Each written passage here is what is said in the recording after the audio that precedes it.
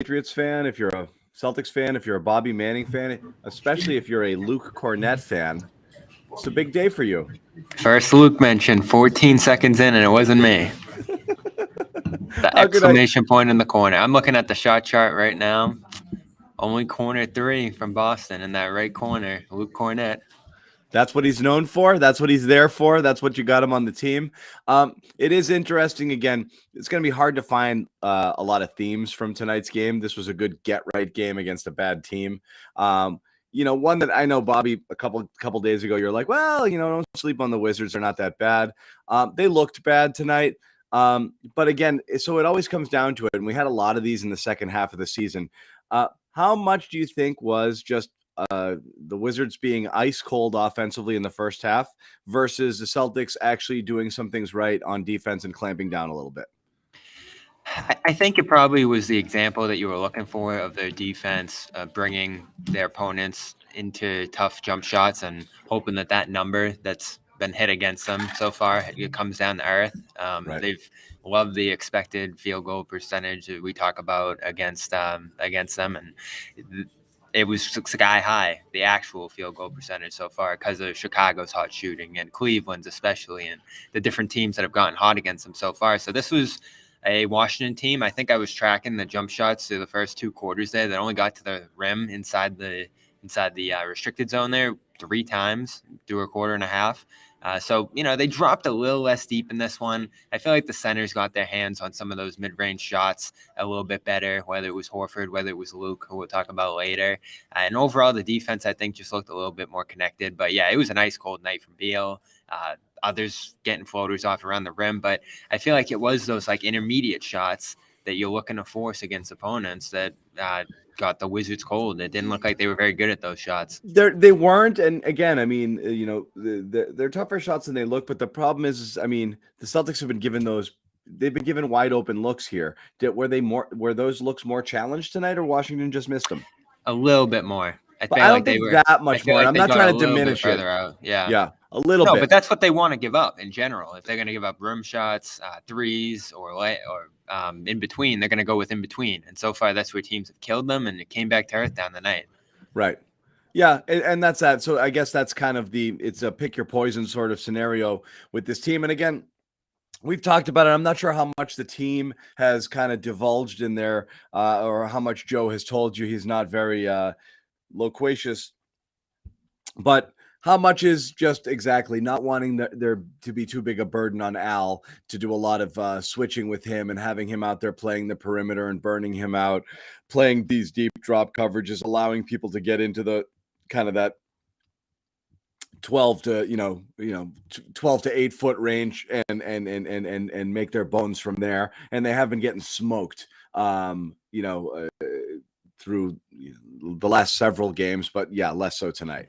Yeah, that's my suspicion, is that part of it is decreasing the load on Horford, and that's something they're looking to do, obviously resting him in the 3rd game of the season against Orlando there. So I think that's a small part of it, but I also think it is the analytics. I think that they really want to take that rim area away, and through the Cleveland game, before that Cleveland game where Cleveland actually did get some shots off around the rim, they had the best opposing field goal percentage in the league up to their opponents when it came to protecting the rim. Now, teams weren't shooting a lot there. That's part of it too. You're decreasing the amount of looks teams are getting in there. But really, the only shots that Washington got off against them point blank at the rim were the putbacks. And they had a few moments where they were giving up offensive rebounds in this one. But overall, those haven't killed them so far in total. There were the timely ones in Cleveland that beat them bad there. But overall, they're doing a pretty good job deterring opponents. And that's where I'm going to get to Luke. Is he stuffing guys in there? No. Is he Dikembe Mutombo? He's got that height and that length, but he's not necessarily that imposing of a presence in there. But he does deter drivers. There were a couple times in this game where drivers went in on him, saw a crowd, and backed out, and they threw the ball up for some jump shots there. And that's exactly what I think the Celtics want to do defensively. And they don't have a better option in there when you look at the centers in terms of guys to play that. Even Al Horford, as good and versatile as he is defensively, isn't really a shot blocker or a shot deterrent at this point in his career inside. You're getting a lot defensively out of those Luke minutes, I feel like. And even on that shaky game on Friday where it kind of slipped in the second half of that unit, he still posted a 100 defensive rating in a game where they gave up 132. So the defense is benefiting from him being out there. And I think at this point, he's your backup center, right? Yep. Yeah. I mean, Apology cam, John. Yeah. Look, exactly. I mean, look, if you're dying of thirst, you'll drink your own urine to stay alive, and that's basically what's happening. Like, this isn't an optimal scenario, but again, this is a real conversation. Okay, a real conversation. What do you do between these three not so great options? Vonleh is the fan favorite. He's an energy guy. He's a former lottery pick. How effective is he truly? It's still yet to be seen. I think he ranges from okay to really bad. I do think it was pretty telling who didn't see the floor tonight at all, which was Blake. Yeah.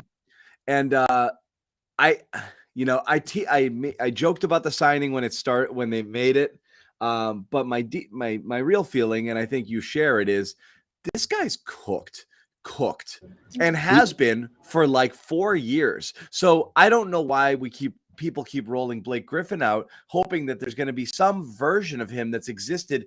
It's some space and time in the universe, and have that appear. I know there's a veteran presence. Maybe there's some. I don't know what he does, but I think he's unplayable. Yeah, I don't think he should be part of the rotation at all. And that's the tricky part of signing a guy like that. I know everybody looked at the free agent market over the summer and was like, Aldridge is out there and Blake and all these different names, Dwight Howard. The problem with bringing in a guy like that is, especially for a coach like Joe, you're probably looking at Blake Griffin and the veterans in that room and saying, like, all right, we got to find a little something for this guy. I know he came in amicable and said, all right, I got to earn a role here. I'm not necessarily looking for minutes or anything like that. But for him to be in this position now where it looks like the best course of action is to not play him at all, that's tricky, especially when he's on a guaranteed contract. It's not like they can just let him go easily if he falls out of this rotation on this team for the long run here. Like, they're non-guaranteed or partially guaranteed guys we talked about last week are Cornette and Justin Jackson. And, you can certainly let Jackson go if you need to. But what I'm talking about is if Blake has no minutes at all, what do you really do? Hopefully he's cool with that, and he's just along for the ride in that veteran presence there. He's clearly cool with it because that's been him. I mean, this is Captain Buyout, over the last few years. Like, he's pretty used to teams no longer needing his services, and whether they just kind of, set him free or just keep him on the bench for a little bit, break glass in case of emergency. He's used to not being counted on. So I think he gets his role, and I do think he can handle it. I just don't know what he does. So yes, of all of the people out there, if you're going to spell Al and you want to go big, you have no choice but to play Luke, but it's certainly not an optimal scenario. But this conversation is going to continue. Look, we said we thought they would do that. It would be lineup specific, matchup specific, right? Certain teams, you feel like you need more size. You need somebody just simply taller. Yeah, that's going to be Luke games. There's going to be other games where you can get away with playing small ball and play Grant as your bench 5 all game long and live. And those are the games where you'll see more Grant, more more Simmons and Simmons. Jesus, Blake. Ben Simmons is on your mind. Yeah, I'm thinking of kind of useless, washed up people that you're trying to figure out. So I agree with that. It's a matchup game, and the tricky, this is almost a preview rotation-wise of what they're going to face when Rob comes back. Because look at Friday's rotation where Brogdon plays a little bit less, White plays a little bit less, Smart plays a little bit more, and Cornette gets that extended almost 30-minute run in that game.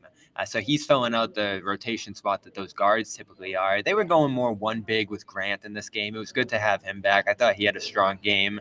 But when Rob comes back and he's Cornette, not actually, but in that spot in the rotation, you're going to have to choose between Rob or possibly Horford and your big array of guards in the backcourt there. And I actually talked to Brogdon after practice after that game on Saturday, and he said it is kind of a challenge. Someone's going to get displaced in that rotation if they're going to go double big on a certain night. And who's that going to be? They're going to have to figure that out. And that's a real challenge for Missoula right now is hitting those right buttons in a game. They're going deeper into the bench, which I like in this game, getting their starters a little bit more rest. It feels like they have a deep, versatile bench that they can actually make use of on a night like this. So here's the thing. I think you have to go into it and you just got to live with it. And you certainly have to go into your bench against the Washingtons of the world. Are you going to play a shorter rotation with a quicker, with people on a shorter leash against, the top teams in the East? Absolutely. But I want to see Hauser out there playing 15, 18 minutes a game. I want him to get stints in the first half and the second half. I don't want him to be forgotten about because he fills a need. There's a need that's shooting. We've talked about this all last year. You got to give up something to get something. You're going to be imperfect at times out there.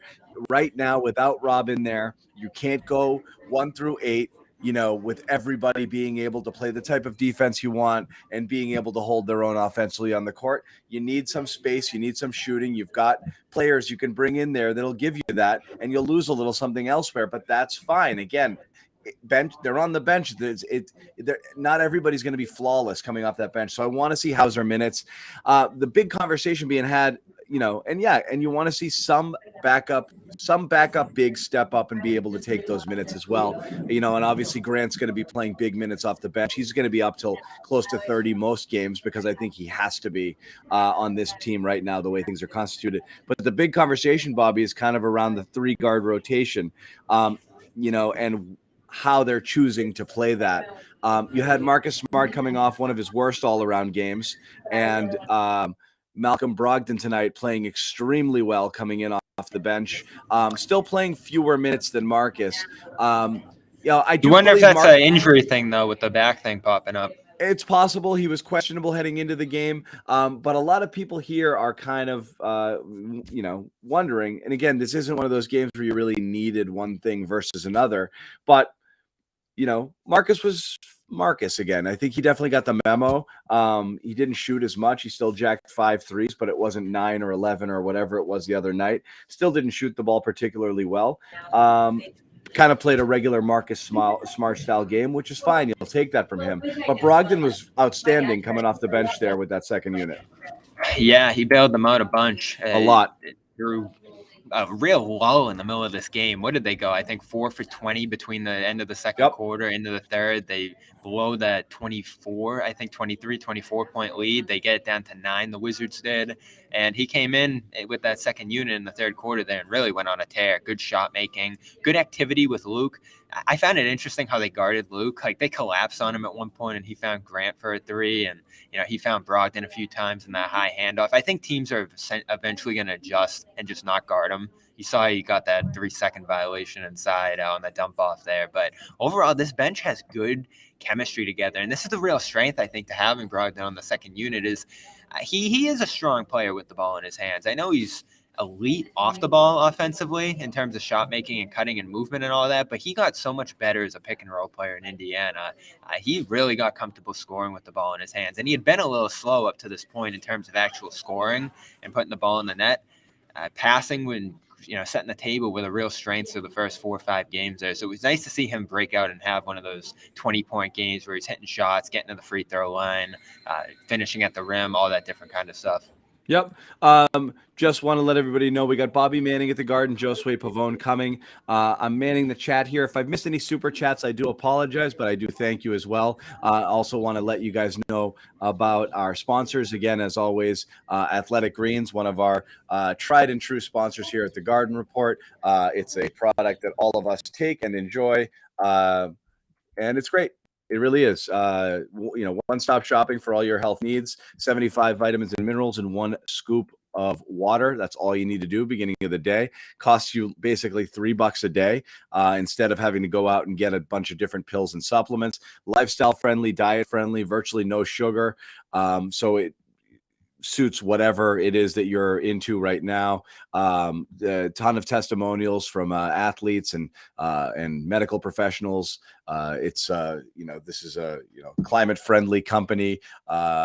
2020 AG purchased carbon credits, support projects protecting old growth of rainforest, donated 1.2 million meals to kids in 2020. So it's a company that cares about the environment and the world we live in as well. So it's another added benefit there. So take want to tell you again, reclaim your health, arm your immune system, convenient daily nutrition, 1 scoop in a cup of water every day. That's it. No need for a million different pills and supplements to look out for your health. To make it easy, Athletic Greens giving you a free 1-year supply of immune supporting vitamin D and 5 free travel packs with your first purchase if you visit that website right there, athleticgreens.com/garden. Again, athleticgreens.com/garden. Check that out. Get a subscription, get your health on track, support the environment, support the world, and get yourself a phenomenal t-shirt, which we will send to you. I think we actually sent by the end of the year. Nope, we sent the first wave out. We did. Wow. All right. We Does that did. include me? No, you don't get one. You need one?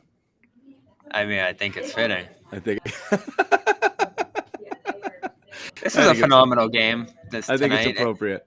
Yeah, it's a here's the good thing one. It's about a the good one. Wizards. You need these. You're supposed to have these games that there's nothing really to talk about. You just come out and you beat the Wizards. They came out. They're flying early. Everybody's hitting their shots. I love hot first quarter Tatum, by the way. Love that. Yes. Yeah. What a jump shooting, though. And Josue's been big on this. He'll be joining us in just a second here. They shoot the ball a ton. You see the first couple looks out of halftime, like 6 jump shots. Start the game, it's all pull-up threes. You had one look from Brown driving baseline in the early portion of that first quarter. So they're living and dying by jump shots quite a bit now, almost similar to those Steven years. I think there's a lot of Steven similarities on this team cropping up. You don't really have a big you can throw it in to get looks at the rim, and I know they want to cut out mid-rangers probably. We talk about the defensive way that they're looking on that. I doubt they're trying to put up a lot of mid-rangers offensively either. So they're looking for those kick-out threes quite a bit. They're getting good looks there, but you also end up on a night where Marcus Smart's shooting poorly again out there. You went a little bit cold after that early run. Brown finishes 2 of 7 outside. 47 of your 79 field goal attempts are threes, Yeah. So, I mean, you are launching back there today. This whole season, I feel like they've been close to 50% of their looks coming from 3. This is way over 50 tonight. So what would Jimmy say? Horford's 75% of his shots or higher have come from 3. So a lot of pick and pop, a lot of drive and kick. Not much activity around the rim from this group outside of Jaylen Brown and transition looks. That transition really helps them. They were elite in that first half, I thought, finishing on the run, forcing steals. So that they're gonna have to make up for some of their offensive deficiencies in different ways. And I don't know if you caught the pressers on Saturday out of practice. Yep. Malcolm talking pretty forcefully about how they're a little bit too focused on offense. Yeah, and it's actually hurting their defense. Yeah. So that was the most forceful kind of call out of their approach and what's your read on that? Was that a I didn't view it as a call out as much as offense is what was broken last year. At least that's what seemingly cost the team the finals. So naturally, there was a great deal of emphasis placed on improving the flaws on the offense by moving the ball a little bit more, picking up the pace, which again, we saw right out of the gate. We saw it in the preseason. The emphasis on fixing those things was clearly A1A for this team. And you saw it. Bobby, we said it immediately in the preseason. We love this pace. They were just taking it and going. And it carried over in the first couple of games. Then they got into some bad habits again offensively. But you're right. The defense suffered like crazy. So I don't know that it was a Joe doesn't care about defense sort of comment. It was just we might have gotten a little complacent thinking the defense. No, it might not be calling out the game plan. It could be calling out their approach as players. Yes, we might have just thought we were all set with the defense thing, and it's not. It requires work. It requires effort. It requires the same level of focus. And that's again, we keep beating on the same drum, but this was the fear that Jimmy and I had with this team.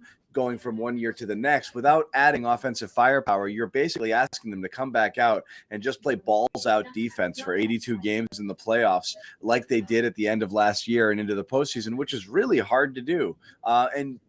You're asking superstars to do that, Yeah, and then on top of it, if we're talking about call-outs early, Joe with his first big one out of practice that day saying that they have to learn how to win again. And then, he got asked to clarify that, I believe today or, later that day. It was after the loss that he said that. And then he got asked to clarify that on Saturday. And he said, habits aren't necessarily going to carry over from year to year. So he's seeing something right now. I'm sure Brogdon's comments stemmed from his approach in that practice or the film session that they went through on Saturday. And they aren't happy with the effort, the intensity internally on defense right now. And it got better here today, I thought. Washington missed a ton of shots, but I do feel like they were there. I feel like they're contesting a lot of looks. That's something I think our good friend Greeny was talking about on Celtics Beat, the numbers there. So they're moving in the right direction on that end now. I agree with what you said, Bobby. They're giving the shots they want other teams to take, but the teams are making them. They were making them at an absurd clip, and so that is their defense is working the way it's supposed to. It just hasn't provided results. They are, as you said, they were contesting more shots and they were trying to defend the three and give up those mid range. They were a little too close and a little too uncontested. You still have to challenge. You give up, but they can't be free throws. And we talk about rebounding too. Rebounding essentially cost you that Cleveland game when you look at the fourth quarter. Like those 2-1s from LeVert were ginormous swing plays and forcing overtime, and then you get in overtime and you fell apart. So that's an early costly win on the loss due to rebounding late in that game. That's another area where it's just giving effort, being locked in, all the different things we talk about when it comes to the focus on the defensive end for this team. And you have a lot of different guys, I think, who are playing up positions, who have to challenge bigger players. And that's just going to take a lot of will from this group that is coming out of championship level play into preseason play and these weekend Sunday afternoon games against the Wizards. Like, you're going to have to bring intensity on that end. They finally did it today, I thought. Good steals. Those 2 early momentum plays from Smart were big deals. And then you had Tatum ripping the ball up from Porzingis. So that's the kind of force and resistance that I felt like this defense gave teams last year. Like, it looked hard to play against the Celtics. It hasn't early this year. It looked a little bit harder today. Yeah, it looked hard. And so again, there's more than one way to win. You don't always have to, have a 90 defensive rating or whatever it was during that stretch that they had last year. But it was amazing because again, it looked like nobody could, like I say it all the time, it looked like they had 7 guys out there. But just being able to score or get to your spots or do what you want to do offensively with a little bit more ease makes life easier for them again. So again, I like some of the improvements on offense, but they have to defend a little better. You have to look at Bradley Beal tonight, Bobby. Again, I don't know if it's good defense, bad offense, but all I can think of when I'm seeing Beal is I can't believe the amount of time we obsessed with trading, Jalen for him, which again, I never really understood. I always thought Who did that? But I never thought it was anything more than a lateral move. That's what I didn't get. The idea of adding him to Tatum and Brown made sense, but this just trade Brown and picks and stuff for Beal, like you're talking about him being Kevin Durant, was always an insane conversation to me. Like the idea that Beal was a level so high above Brown that you would trade Brown and a bunch of stuff to get him never made sense to me. And now it just seems like even less sense. Yeah, yes, we all know who it is. We don't have to say it. Especially when you're looking at a guy who's less forceful physically here. I think guys, bigger wings getting into him affected him in this game. The big center in the middle and that drop that we talked about at the beginning of the show, he's not able to get those lanes to the rim or backline cuts, things he really likes to do. He shot poorly in this one too, certainly. No. So that's just an off night from him going 0 of 11. But you make it tough on a guy like that, a smaller guard, guy who's coming off a wrist injury, missing a bunch of time last year. He looked off in this one. I haven't looked at his numbers overall to start this season, but I don't think he's been great so far, at least compared to what he used to be in the past, a 30-point per game scorer. Josue. What's up, fellas? What's going on in press conference land? Are they done or still rolling? I'm heading over there now. Going to pick up the locker room. Yeah, Bobby's going to pick up the rest of it. But yeah, it's just Joe Mazzulla. Obviously a very happy head coach right now. Says the Celtics, they fought. They showed effort on the defensive end, and he likes threes. He likes math. That's what he said to start off, talking about the obviously the 23 points that these guys got, but more importantly, how open these guys were, and how when you have a detail on defense and when you put forth the type of effort that they did in important stretches, that's what happens on the opposite end. You get these open looks. So he was very happy to see his team do that. Good stuff. We're still rolling on the pressers back there, correct? Yes. Yeah. Yes, good stuff. So we'll hear from more players. Bobby's going to jump in there as well. So that's good. That's what Missoula said. Overall defensive effort. This was the question we asked at the beginning of the show, Josue. You're there, and you got to talk to Coach. Get a feeling that they tried to man up a little bit more tonight after kind of their embarrassing, defensive performance against Cleveland, or was this just a matter of the Wizards just being putrid offensively? Because we were talking about it. It's a little bit of both.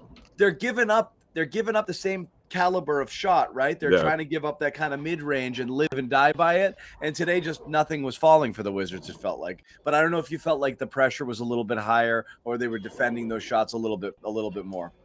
I think they were, in particularly with the backcourt, especially Bradley Beal. I thought that the way they defended Bradley Beal was awesome. I mean, Bradley was sort of, his approach to start was just trying to get other guys going. But once the Celtics got out to that big lead, I feel like the Celtics also continued the intensity defensively on Bradley Beal. He was able to get open here and there on switches, but he was just ice cold. Couldn't find his shot. Didn't make a field goal until the second half. So I think that's a big part of it. But yeah, to your point, I mean, this team, they showed that they're significantly better than the Washington Wizards. I think that's for sure. That's one thing. But also they showed that if they really zero in on particular guys, especially in the backcourt, that they're able to do something like that, which I honestly was worried about after seeing what happened against the Cleveland Cavaliers. I mean, two guys in the backcourt got going in a hurry, and it just seemed like they couldn't slow that type of scorer down. So it was good to see the way they defended Bradley Beal. I think it's encouraging. Yeah. The other topic, I might as well get your take when Bobby's not on here, with the all Luke thing, with all of his propaganda. But to be fair, this is, again, you're looking for the best of, you have three not great options really coming off the bench for bigs. You have Vonleh, you have Blake. Outside of Grant, obviously. And then you have Cornette. One or two of those guys probably has to play, some minutes for this team. You can't get by without it. It looks like Cornette's edging ahead. And look, I agree with I'm that. not a Cornette fan, but between those three, I don't know if I can argue that that's not the right call. I'm still a Vonleh guy. I like Vonleh too, but I just maybe feel I got like the. Yeah, I mean, maybe I'm still rocking the preseason goggles, but I still like his potential. Yeah. Right. He's got the energy. He's got that fan favorite sort of thing going. Right. But I don't know. Right. I don't know if he's as effective. I also think it's a little bit of wishing that they had something like that in the playoffs or the finals, right? I think maybe that's masking my judgment here when we talk about that particular matchup. But look, that doesn't mean I'm completely against Cornette. I mean, that's one thing I wanted to emphasize Friday night. I'm not against Cornette minutes. I just don't like when he flirts with the 30-minute mark. And I understand Grant was out. That's a big reason why that happened, in that matchup against Cleveland. But an overtime game, I just think there was particular matchups where when you can't stop the backcourt, when you got two guys are going off the way they did in Cleveland, against the Celtics, combined for 82 points. I just think Vonleh was ideal for those switches, right, for defending the perimeter. But I mean, between the three of those guys, they still have to find a way to limit themselves with the fouling. I mean, I think that's a thing that's going to continue to rear its ugly head, especially against top tier teams. That wasn't the case this time around, even though Cornette did stack up 3 fouls pretty quickly. But I like his potential. I mean, don't get me wrong. I just don't. Defensively, he worries me a bit. But he put together a good game today. The effort was there, especially with his team needs the rebounding. He created a couple second chance opportunities. So, I mean, he's there. I'm with you though. I'm still a Vonleh guy, but maybe Cornette can prove me wrong within the next couple of weeks. We'll see. Yeah, I mean, the 3-pointer, the 3-pointer, didn't help matters tonight because Bobby's just glowing right now. But I don't know between those two. I think we have. I think we have decided. Joe. Yeah, I'm look. I'm far from convinced. Like I said, left. Yeah. I know. I'm not convinced. I'm just saying I don't know. I don't know that there's a better option right now, and it's pretty scary. But I do think we all agree that Blake might not play ever again, or maybe shouldn't play ever again. Yeah, they're gonna. I don't know. I feel like he's gonna be buried in the bench for a bit unless something happens again. Unless somebody's out for injury or something, or you'll see him get on the floor. But yeah, I mean, he got his shot. I don't think he's doomed for the rest of the year. But right now, it seems like the main beneficiary is Luke Cornette. He's making the most of it. Yeah, we definitely like the Hauser minutes tonight. I think that's something that you got to live with. And I like his energy. Like I said, I haven't seen that many stretches where you're like, get him off the floor, get him off the floor. He's killing you defensively. If he's out there, he's a threat to score anytime he gets the ball. I love him out there in a lineup that has other shooters, and just give him some space, let other guys handle the ball and just swing it to him. I'm shocked when those things don't go in. That's a great weapon to have. I don't know why there's games where we forget about where they forget about him. I'd be playing him regardless, because there's no one else. I mean, Yeah, I know what you mean. There's no one else on the team that does this. I mean, he's almost automatic. And it's been so long, man. I mean, right? We talked about it before the year started. It's like, I don't want to go back to Ray Allen, but I mean, has there been anyone like not close to Ray, but just someone that you can rely on from behind the arc that comes in, whether off the bench or he's a starter? I mean, who's the last person? I mean, it's just been so long, and I think they're just going to ease. They're still easing him into it. It's a long season. Obviously, they would love to have a weapon like that in the postseason. So I love this, ease him into it, see what he can handle. And he's passing every single test right now. I mean, he's passing with flying colors. He looks like a second or third year guy. And, even though he isn't a rookie, it's just someone who doesn't have a whole lot of miles on, NBA experience. And he's looked like he's just seasoned so much throughout this past summer. It's significant for sure. Yeah. Yep. Other takeaways from tonight. I mean, again, Tatum coming out hot was great. Your thought. I mean, we forget about Tatum and Brown when they have these ho-hum, mid to low 20s games and blowouts where they just didn't really need to do much late because the game was in hand. Just overall, when the game did matter some, your thoughts on how those guys played. They played well. Honestly, they rode. I mean, look. I was giving Joe Mazzulla a lot of flack about the whole timeout thing, but he called it a timely timeout in the second half. It was down to a single digit was lead. That the 16-2 run or whatever it was at that point? Yes. Yeah. First it started off with a 6-0 run. It forced Washington to call a timeout, and that's what you want to do. That's how you feel the momentum shift. And the Celtics just never let go, of that momentum from that point forward. All of a sudden, it's a 25-point game. So. I like that. I think it does help a long way. I'm still that guy who says, look, yeah, I want to see your players go out there and figure it out on their own. But when the bleeding starts to get a bit, scary, when you start thinking, okay, maybe they're gonna blow another, huge lead, I think that's a good time to call a timeout, and that's exactly what he did. So I mean, that helped them because I just think they need that sort of just take a breather. Obviously, I mean, not just for physical reasons, but mentally. I think these guys still need that. They need to sort of work their way back into being that team that they were last year. So this is a step in that direction for sure. This win. Which Celtics do you prefer? Do you prefer run and gun, score 125 Celtics and hold your breath, hope the other team doesn't score 130? Or do you like the clamp down Celtics from last year? Clamp down Celtics from last year. No question. And I thought that's why someone like Malcolm Brogdon should have played a lot more in that Friday night game. But I mean, yeah. I digress. I'll let go of it. I think this is the last time I'll talk about that game. But and look what he did today. Look what he did today. Just going on just his presence changes things on both ends. And I feel like these 20 plus point performances, he could do this every night if he wanted to, honestly. But he's just trying to find his way. He's trying to be his beneficiary, be that guy to help every single body, every one of his teammates as he adjusts into his new team. But I thought he was terrific today.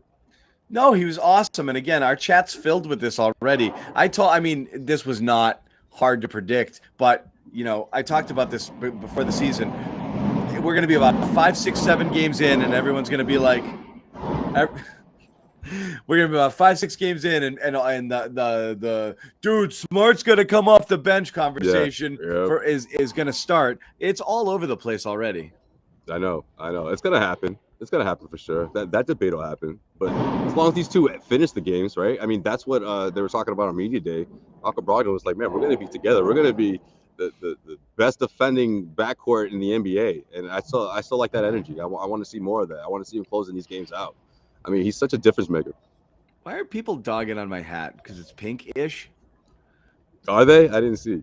Yeah, I get some flack every once in a while. It's pink hat. I'm a girl dad. It's my yeah. That too. Yeah, but that's not why I have it. It's because it's cool. Because I look good. Because it looks good. If it said "girl dad" on it, they would love it. It's all about the sayings. Yeah. Question Bobby. Oh, Kess, I'll hit Bobby with that question without. Guys, we take some questions for you if you want here, and you don't have to super chat to get yourselves up on the screen. Anything you want to talk about again? Kind of like a ho hum victory. Oh crap, Someone. What happened? I'll be okay. You talk for a second. I pulled my power cord. Oh, okay. Someone just said that's the that's the rich Cape Cod look. The hat, I guess. Kind of. You got some khaki shorts on? You got the khaki shorts going? I like my vacations. I like to take my vacations when I can. This is summer. What do? We go like 10 months a year with the Boston sports scene. You got basically, a little sliver of June. If your team makes the finals, you got a little sliver of June, and then 3 weeks of July until the Patriots start again, and that's it. Okay, that's it. I'm gone. I'm pink hatting it all freaking, for that whole month. You won't see me anywhere else. Plus, we get what, three good months of hot weather in Boston. I mean, I know. I'm gone. Phone's off. That's that's the few times where I get that screen alert where they're like, your screen time has decreased 700%. I'm like, yeah. You're like, up. It's that's the only period of the year where it goes down. So isn't it depressing when you get those stats? You're like, man, did I use this phone that much? Like, am I that busy? And then it has the chart of like what time you're using it and stuff. It's just like up and down, up and down. It's like, whoa. It's pretty sad. I need to sleep more. Yeah, I need to get more sleep. When I see one and they're like, you were on it 15 hours a day, I was like, was I even awake that many hours? Oh my God. How's it possible? I'm like getting up and doing it in my sleep. How do they know that we're sleeping? We're going to get into a weird conversation. Let me stop. No, I don't know what they know. All right, what else do you like from this game? Again, it was, it's just one of those where like, I'm kind of waiting for Bobby to get back up to the locker room and get some closing thoughts because we don't have a ton more to talk about here. I know. I want to see what these guys said in the locker room. I mean, I want to hear, especially Tatum and Brown, man. These wins can't get old, right? For Celtics fans. I mean, seeing these guys just go off the way they did, even in that first half, it just shows how dominant they can be offensively. But if this defense doesn't get back to where it was, man, I just don't think this team is going to be, that same team in the NBA Finals. It's going to take some time, though. It's again, everything we see about it is it's spin your wheels, hold the line, beat the Wizards of the universe, play all of the good teams to 500, and stay afloat until you get Rob back, and then pray the old Rob isn't. Yeah, pray the old Rob isn't dead forever. That's the big wild card is, what it looks like when he comes back and if it's the same. If it is, you start talking about different ceilings and different styles of play and different things happen. But, again, you mentioned Tatum and Brown. Without them, I mean, they should be able to carry you against these teams on their own just by doing what they're doing. Best stat from the night, one of my favorite was I don't know how far it went, but I know at least the first 12 shots of the game went to Tatum and Brown. Yes. Yeah, which is great. Which also means Marcus got the memo. You think that's what it was? Because he was the first one to finally take a shot. That wasn't the first Celtics player. He's like, can I shoot yet? Like, no. Yeah. He's like, it's the 6-minute mark, guys. Can we please? Yeah, I thought that was funny. I mean, it wasn't just them scoring, but they were the only ones who had attempts almost towards the end of the first quarter until Marcus broke the streak. I like it.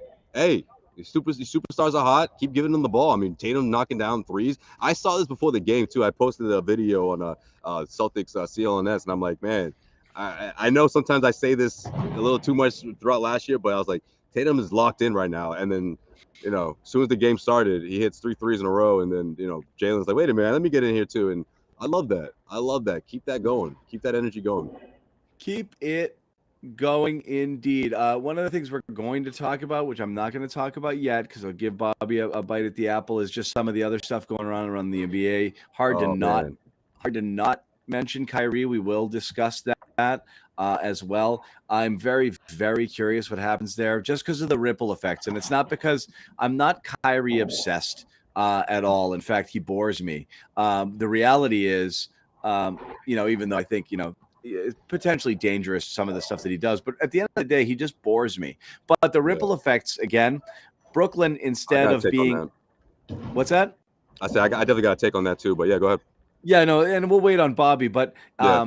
there's a good chance that between Irving, Durant, and Nash, none of those guys make it to Christmas, or make it into the second half of the season, which means which means Durant could be on the move again, which could all of a sudden bring up different conversation. I'm not having the Jalen conversation all over again, but it is really interesting right now. Just friggin' bananas if you're looking around the league and Brooklyn's 1-5 and the Lakers are 0-5. My goodness, Yeah.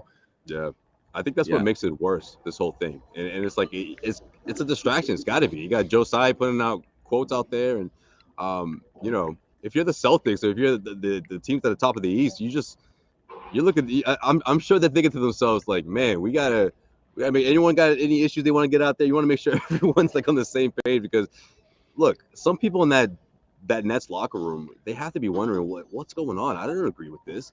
Like, I don't agree with you doing this, but then you having the opportunity to speak on it, to explain yourself, and you get all defensive. And I just thought that it was a good opportunity for him to explain himself, and he just ruined it. He Kyrie'd it. He Kyrie'd the situation, and I think that's why you're bored, John.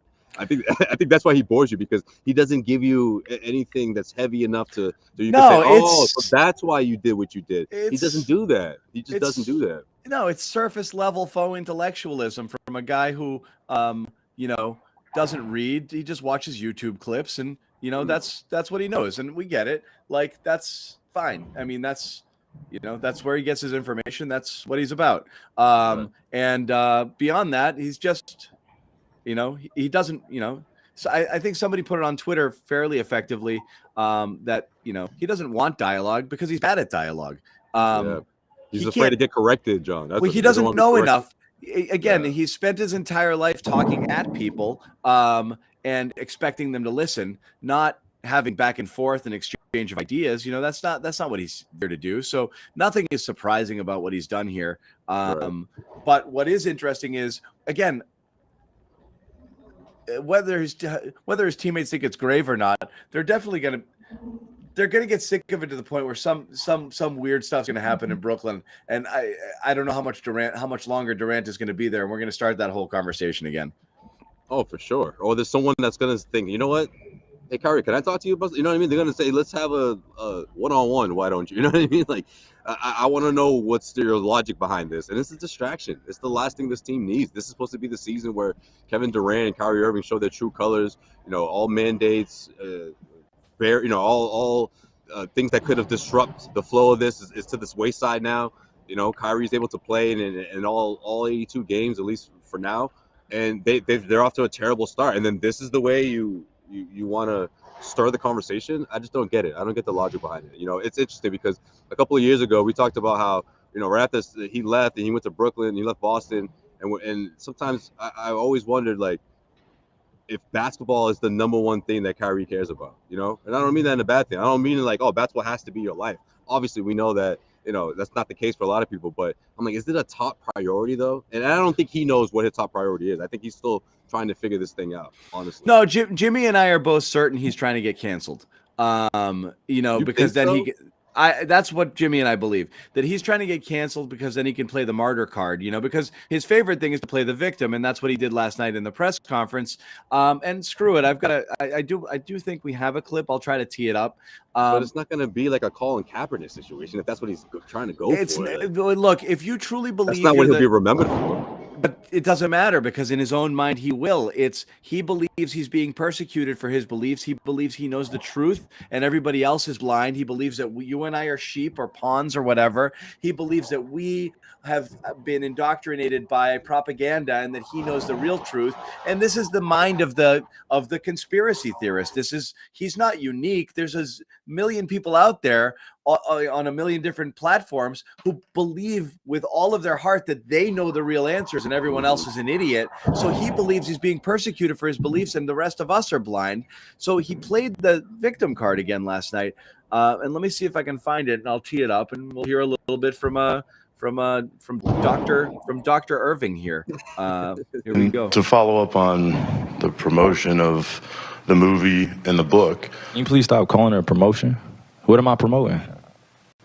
Put it out on your platform. But I'm promoting it? Do you see me doing? Do you see me By in front of putting it out there, the people title? are going to say that you are. Yeah, I put it out there just like you put things out there, right? Yeah, but it's not. You put things out there for a living, right? Right, but my stuff Great. is not. So let's move on. Filled let's with move on. anti-Semitic Let's stuff. move on. Don't dehumanize me up here. I'm not doing I'm that. another You're human free to being. post I can post whatever I want. So say that and shut it down and move on to the next question. But Kyrie, you have to understand that. I don't have to understand anything from you. It's not me. Nothing. By It's no people that you're making up, bro. Move on. But by posting move what on. you Next did, question. Anybody Do you guys have any more questions? And they're going to say, you guys have any more does he have questions? Because this is going to be a clip. beliefs? This is going to be a clip that he's going to marvel at. Is this any more questions? But you're not answering the question. Oh, this is another answering your question. Oh my God! Let's make another Instagram clip so we could be famous again. Next question. Kyrie, basketball related.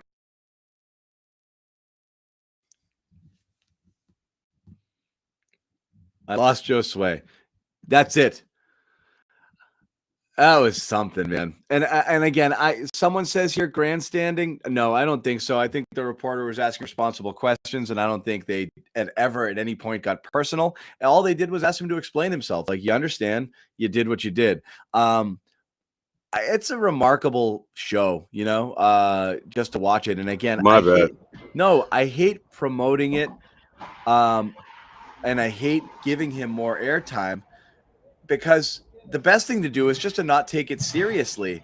But it makes it difficult to do that because what happened here? He posts this, on his Instagram or Twitter or whatever. This vile movie, and he everybody says something about it. The Nets, their owner, the team. We don't do this. This isn't for us.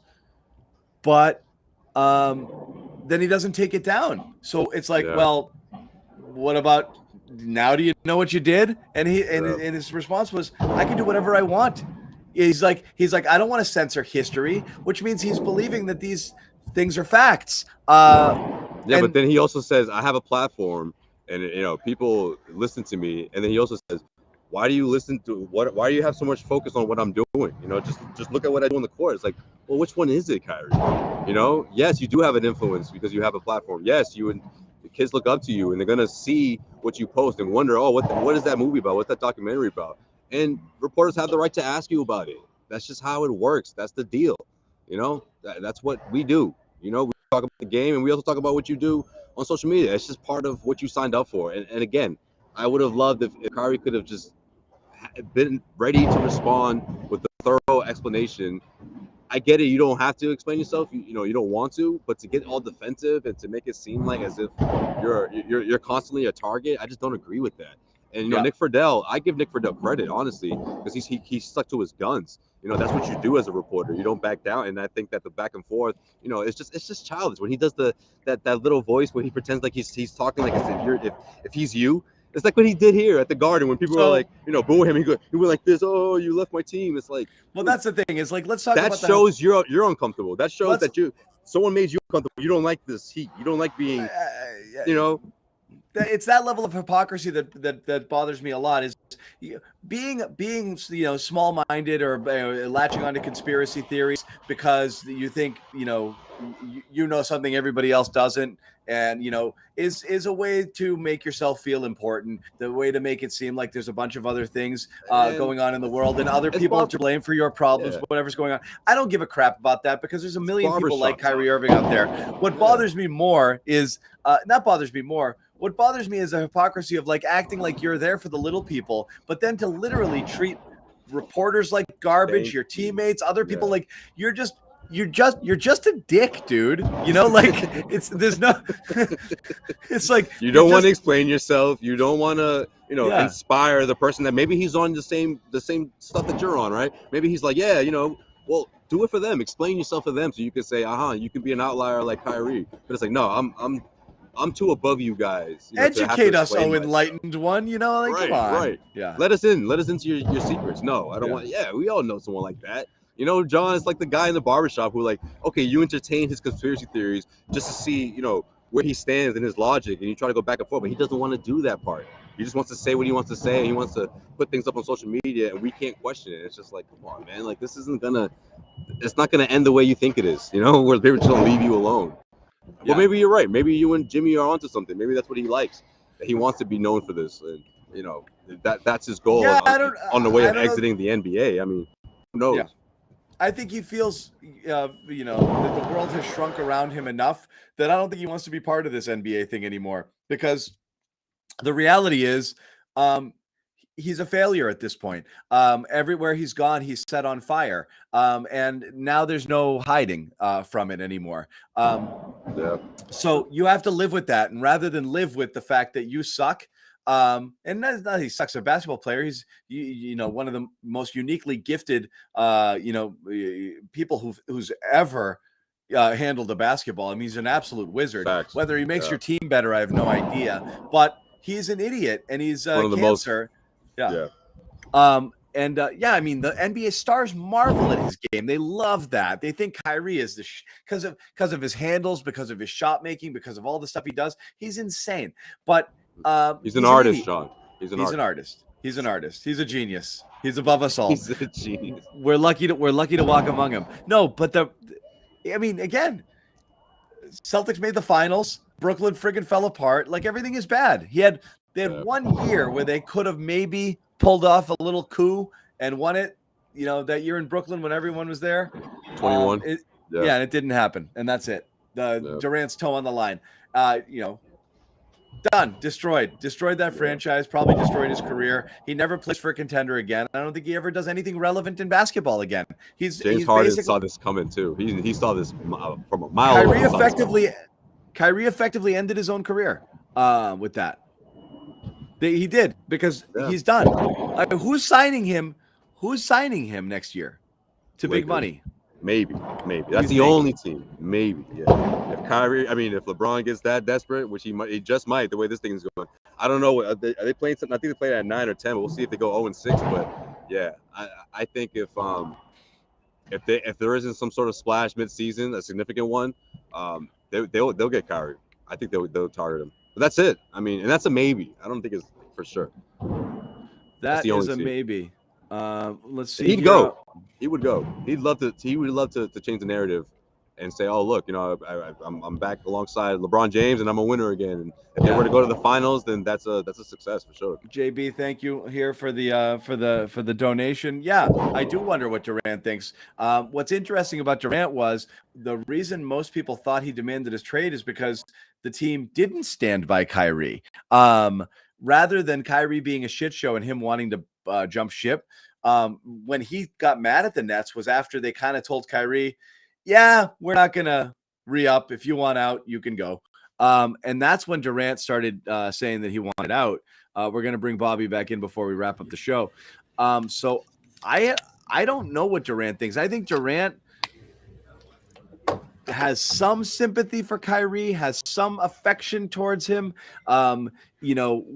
Didn't think it was ever going to get to this point, but I definitely think at the very least he's like, man, I wish you'd just stop with this stuff. Like, you can be an eccentric weirdo about a bunch of different things, but I wish you'd leave this shit alone. And he can't. The Alex Jones stuff, this stuff, all of that stuff, bad. He flipped. Alex Jones was brought up. That was 3 weeks ago. But he flipped, man. And the crazy vaccine stuff, the Israel stuff, it's like, you can be weird, just don't be like outwardly dangerously crazy in a way that like is gonna make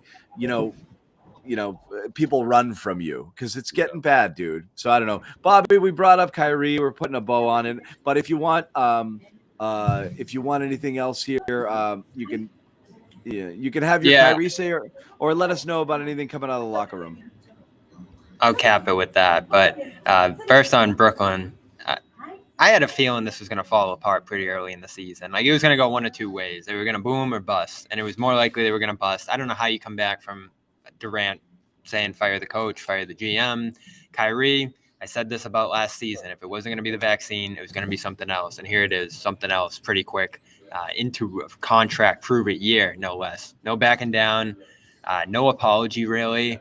And the owner coming out and rebuking him pretty forcefully the way he did kind of tells me that, and I think you agree with this, John, Irving is not going to be a Net for long. I think he, whether it's the end of this year, whether it's the trade deadline, or whether it's even sooner, I think this is the end of Kyrie in Brooklyn. Is that the end of Durant in Brooklyn? We'll see.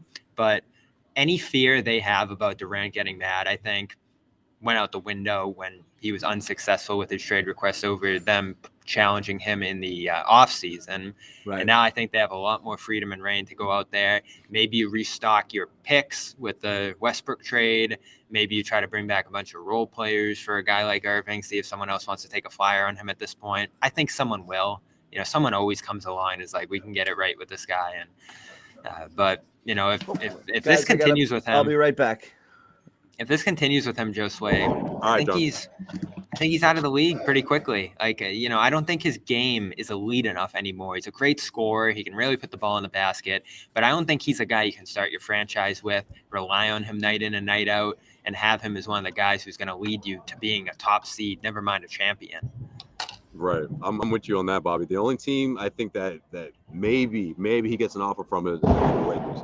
And that's just because of the situation that they're going through right now. But again, we don't know that if they're going to do some kind of splash midseason, some sort of trade where maybe they bring in a point guard that they're happy with. But that's the only one. That's a maybe. And even if that were to happen, I think he'd have to take a significant pay cut. And I don't think he's ready to do that. So we'll see. We'll see what happens. But I'm with you, though, because let's face it. He's not going to be a guy who wouldn't mind playing for a rebuilding team, right? Like, remember how Rondo bounced around the league a lot? People were kind of scared to keep him around. And I mean, not to compare the two, but, just thinking of other options, I don't see Kyrie as being that guy, nor do I see one of those teams saying, yes, we want Kyrie to lead our, rebuilding phase. Like, it's not going to happen. So the Lakers is I don't think he can be. I don't think he can be a mid-level complimentary guy. And you're certainly not investing in him as one of your stars at this point. That Lakers exception is the only one. But he won't do it. That's the thing. He's talented. I don't even know if his game's good enough, though, to invest in him in that level, especially when you factor in all the negatives with him. I mean, we talked about him after game one of the Celtics series last spring. He looked unhinged.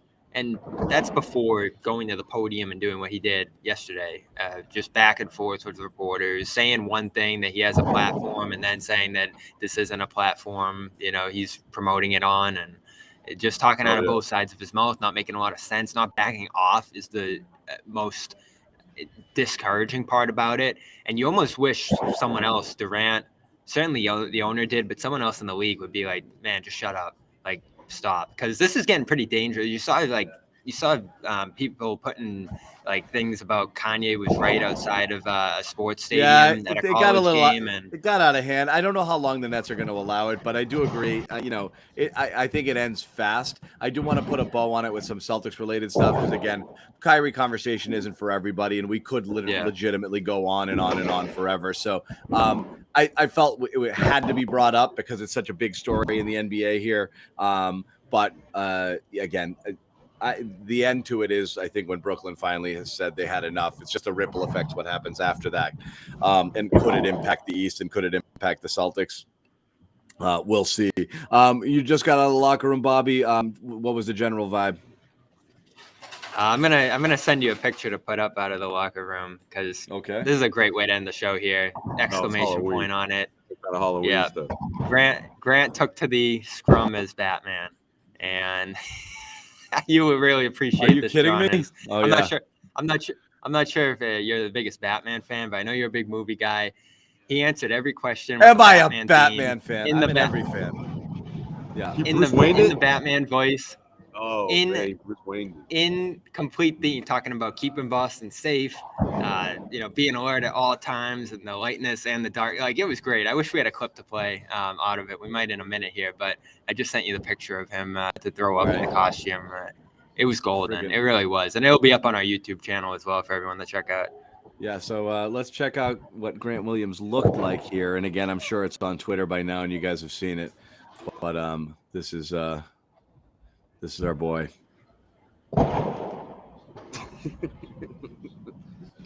Grant being Grant. Love it. That's our guy. Good game from him tonight, too. You get to wear the suit after a big performance. It mattered, man. And he walked in that way. You saw that, right, Bobby? Yeah. That's what he walked in like. But you better good costume. This is a good idea. I never know what to be for Halloween. What's your go-to costumes? Oh God, I'm terrible at it. I was never a Halloween guy. I was never one of those costume guys. I didn't hate it. I just wasn't one of those guys that had a zillion costumes or like great ideas. I'd always be like running around last second. But with kids, you got to wear stuff, so I kind of wear what they want me to wear. So like I've been Mr. You let them Incredible. follow the lead. Yeah, that's usually how it goes. I was like, I've worn some really dumb stuff before. But this year I'm lame. I'm nothing, which is terrible. I just sent you a clip, John, if we want to get that up before the show ends of Grant talking in the Batman theme. That's good. Hopefully we'll go through. But just general vibe, just about the game and the performance, areas of emphasis coming in, whether they thought they executed what they were going for. What was the kind of thinking here? Yeah, I saw Grant in his walk-off before his Batman transition. He was talking about how they need a lock in defensively in this game, and they felt like they did that. Smart talking about it too. Some guys not being as used to all the switching and stuff that they do, but they kind of locked it down over the practice over the weekend, the film session that they had there. And, we're pretty well connected, I thought, in this one, especially in that second unit. That's right where I feel like they've had a lot of the issues, is that second unit where you have your Hauser, you have your Brogdon, you have your guys who aren't as used to that system as some of the other guys out there, Luke too, to some degree. I did also ask Grant about the Luke jumping thing. I don't know if we talked about that on the show, but he said it doesn't work on Batman in practice. All right, let's hear Batman. We're just as good in the lights as we are in the darkness. It's the best to have two guys, Superman, Green Lantern, do our best job as a league to not only keep this team secure, but this city safe.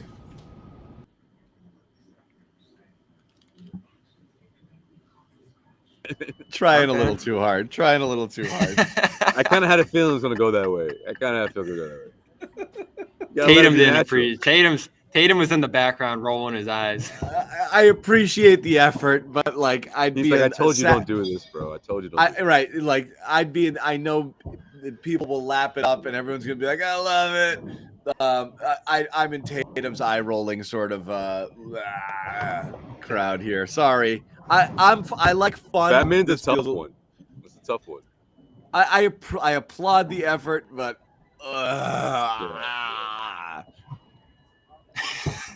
You gotta, if you don't nail it, it's cringy. It's cringy. Yeah, it sounds like Shaq. You start going to Shaq territory. It's like, nah, that's not it. Oh, you thought you sounded like Shaq? A little Shaq vibes.